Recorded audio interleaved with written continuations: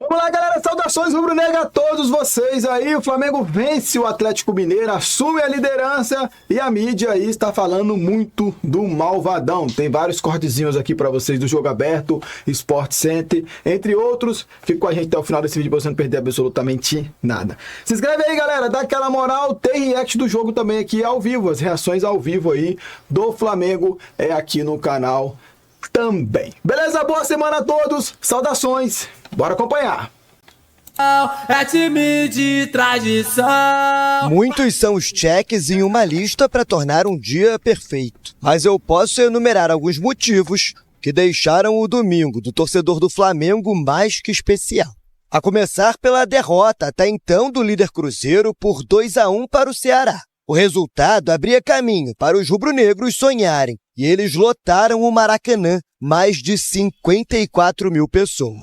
Antes da bola rolar, coloca aí na lista a apresentação de dois craques, Saul e Emerson Royal, foram exaltados pela nação. Dentro das quatro linhas, uma noite agitada, lá e cá, desde os primeiros minutos.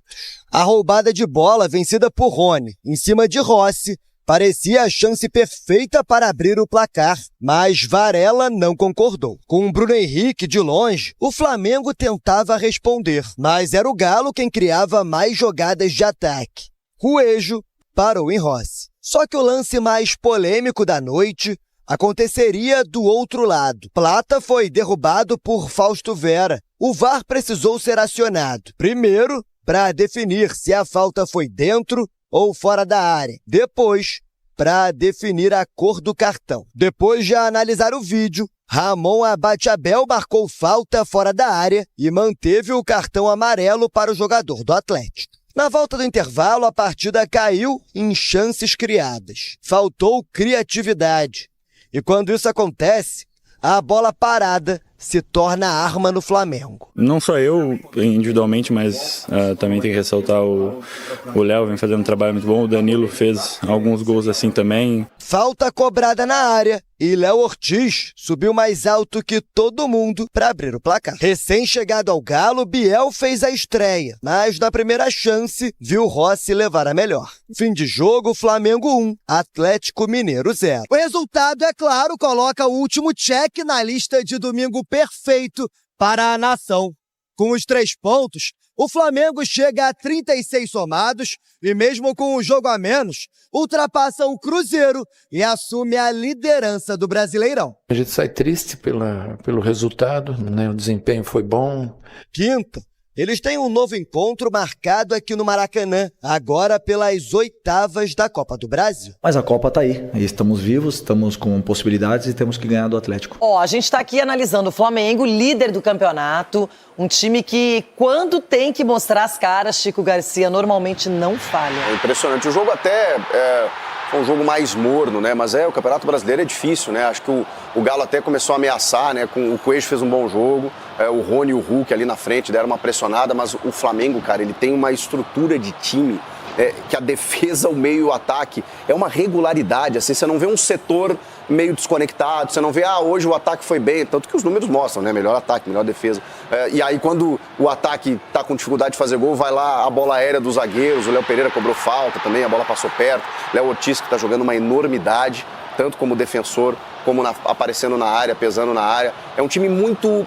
não acho até que o Flamengo tenha feito um grande jogo, não amassou o Galo, longe disso. Mas é um time muito chato, cara, porque ele é estruturado e assim, na hora certa você sente que alguma coisa vai acontecer. Foi essa sensação que eu tive, não sei você, estava 0-0 ali, o jogo estava meio e tal, mas eu falei, cara, vai chegar uma hora que o Flamengo vai encontrar o caminho do gol. Mesmo na bola parada, mas encontrou e ganhou, e agora vem 2 duelos importantes aí pela Copa do Brasil contra o mesmo Galo. E mesmo quando erra, né, tem o Rossi errou, sim, tinha o Varela ali para tirar a bola, né, então pra e ainda tá chegando reforço, Meu né, Deus a gente olhou o Saul e também o Emerson Royal. Ai, Flamengo, Samuel não quero ter Lino. Pesadelos de maneira adiantada. O Léo Ortiz que fez o gol, outro dia será outros jogadores. O importante é isso, que a equipe vença, e quando a equipe vence estão todos felizes, todos comemorando. Nosso time foi mais vertical do que gostaríamos, não estava tão fino com a bola, melhor não falar. Eu gosto muito do Ramon, é catarinense e prefiro continuar na minha linha de não falar da arbitragem, porque melhor assim. Foi um jogo de uma intensidade muito alta nossa, lógico que dentro da proposta nossa. Deu tudo certo, menos a falta do gol, né? E nós tivemos chances. Nós poderíamos ter saído com a vitória, poderíamos ter saído no mínimo com o empate. Artilharia pesada, os times com mais gols de bola parada no Brasileirão. O Mirassol com 10 gols, né? O King Naldo mete gol de pênalti também, né? O Flamengo com 9, assim como o Cruzeiro e Atlético, que também tem muito gol de falta, pênalti, enfim. Red Bull Bragantino e Fortaleza. 3 dos 6 gols após o Mundial do Flamengo foram de bola parada. E aí você lembrou muito bem que o Reinaldo faz os gols, né, de pênalti, e o Cruzeiro sofre muitos gols assim. Também. Então é um ponto também pra gente analisar, mas agora é com o Flamengo, então, que consegue marcar, consegue ser forte defensivamente, e por isso, Jufo, é o líder do Campeonato Brasileiro.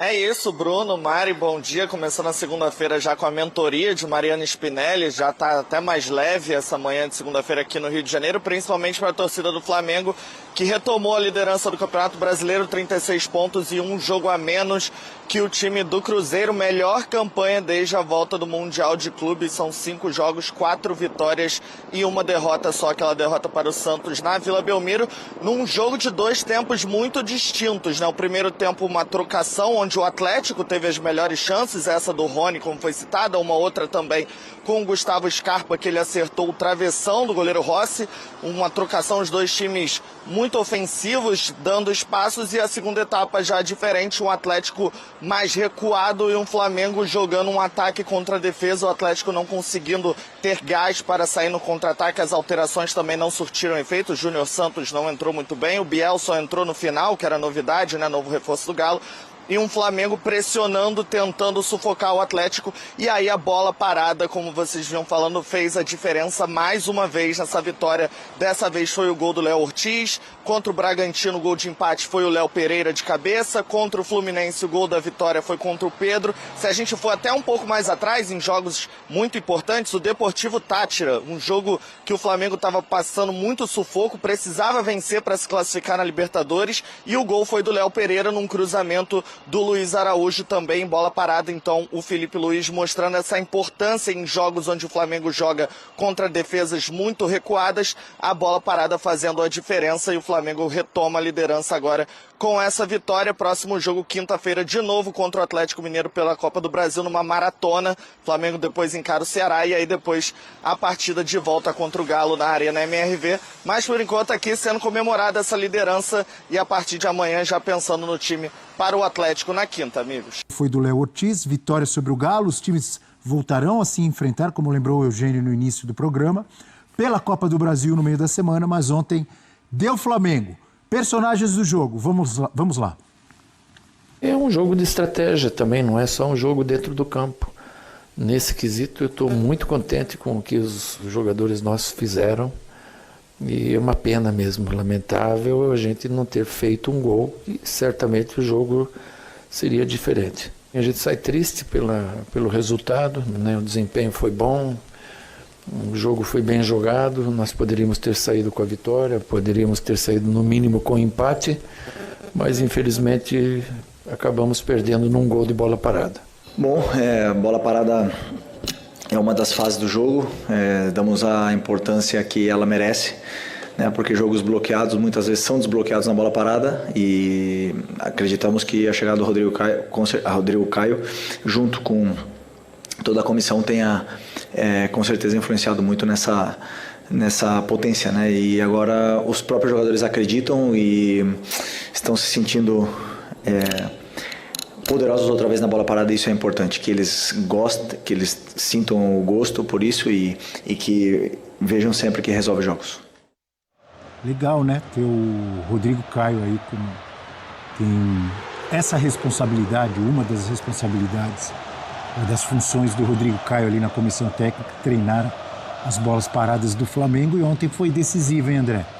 Para variar, é um time com tantos recursos aí, o lance do Vinha e do Rossi, que o Rony acabou não aproveitando, né? O primeiro tempo do Atlético Mineiro foi muito bom. O time com a marcação individual, tirando a saída de bola do Flamengo muitas vezes, né? Algumas atuações individuais que não conseguiram se destacar, muito por mérito do trabalho defensivo do Atlético Mineiro. E não foi só na defesa, o Atlético produziu as principais chances, né? no primeiro tempo. Só que o Flamengo é uma equipe com muito recurso, muitas alternativas. E o gol na situação de bola parada, às vezes a gente até comete injustiça, assim, às vezes a gente, eu digo de uma forma geral, não, mas foi na bola parada, sabe? Foi só um gol de escanteio. Isso faz parte do jogo, isso é mérito, é trabalho. E o Flamengo, esse gol do Léo Ortiz, na baita cobrança de escanteio também do Luiz Araújo, foi o 10º gol de um zagueiro na temporada, né? Até foi o Lédio Carmona que destacou isso na transmissão. 4 do Léo Ortiz, 3 do Léo Pereira, 3 do Danilo, isso sem contar gols de laterais, né? Tô falando de gols de zagueiro. Isso tudo não pode ser acaso, né? Não é acaso, é treinamento, né? É trabalho e, assim, é muito mérito de uma equipe que consegue te vencer de diferentes formas. É um Flamengo que acho que tem sido constante, com dificuldade de criar chances claras. Isso a gente tem falado desde a volta da pausa. Foi assim contra o Santos, por exemplo. Foi assim no Fla-Flu, onde também numa situação de bola aérea com o defensor também foi determinante. Defensor, digo, porque o Léo Ortiz dá a casquinha para o Pedro fazer o gol. Então, o Flamengo tem esse mérito, mas é um time também que está com dificuldade de criar com bola rolando. E isso apareceu de novo contra o Atlético Mineiro, que vem de um período muito complicado, né, muito turbulento, pensando no tempo normal, vinha de derrota, embora tenha se classificado contra o Bucaramanga, mas o jogo de ontem acho que tem que ser encarado de forma diferente, porque ele mostra, apesar da derrota, de um Atlético que se mostrou capaz de encarar esse Flamengo na Copa do Brasil, que acho que conseguiu fazer boas adaptações. Acho que o Cuca montou o time, mudando, né, a formação ali com a linha de 3, o Scarpa mais pelo lado esquerdo, o Menino pelo lado direito. Acho que foi uma forma que o Atlético competiu com o Flamengo, mesmo tendo todas as diferenças entre as duas equipes, o momento completamente diferente, mas o Flamengo, muito por conta desse mérito, por ter diversos recursos, que chega à liderança do Campeonato Brasileiro com merecimento. Times com mais gols de bola parada no Brasileirão. Mirassol, olha só, hein? 10 gols em bola parada do Mirassol. Gol de pênalti do Mirassol. É verdade. Tem muitos gols do Quinguinaldo.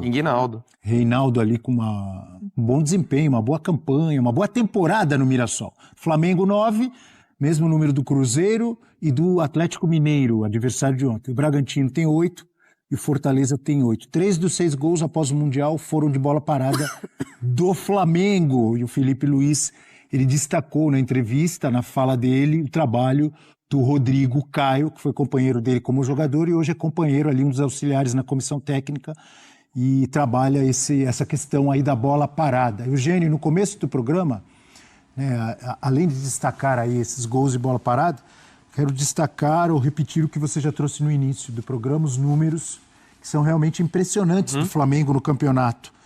Olha, o time que mais venceu é o Flamengo, 11 vitórias em 16 jogos. O melhor ataque é o do Flamengo, em 16 jogos fez 30 gols. O segundo melhor ataque é o do Cruzeiro com 28. A melhor defesa é a do Flamengo, 6 gols sofridos apenas em 16 jogos. Óbvio que o melhor saldo de gols é do Flamengo, 24. O segundo melhor saldo é do Cruzeiro com 17. E o time que menos perdeu é o Flamengo, 2 derrotas só. Sabe, só um time tem o mesmo número de derrotas que o Flamengo. Adivinhem quem? Ninguém vai acertar. O Mirassol. Eu também não sabia, eu olhei aqui agora. Só que o Mirassol tem muito mais empates e menos vitórias. Uma dessas derrotas do Flamengo para o Santos, recentemente, né? Na Vila Belmiro com o gol do Neymar. Uma rara derrota do Flamengo no campeonato. A campanha é excelente.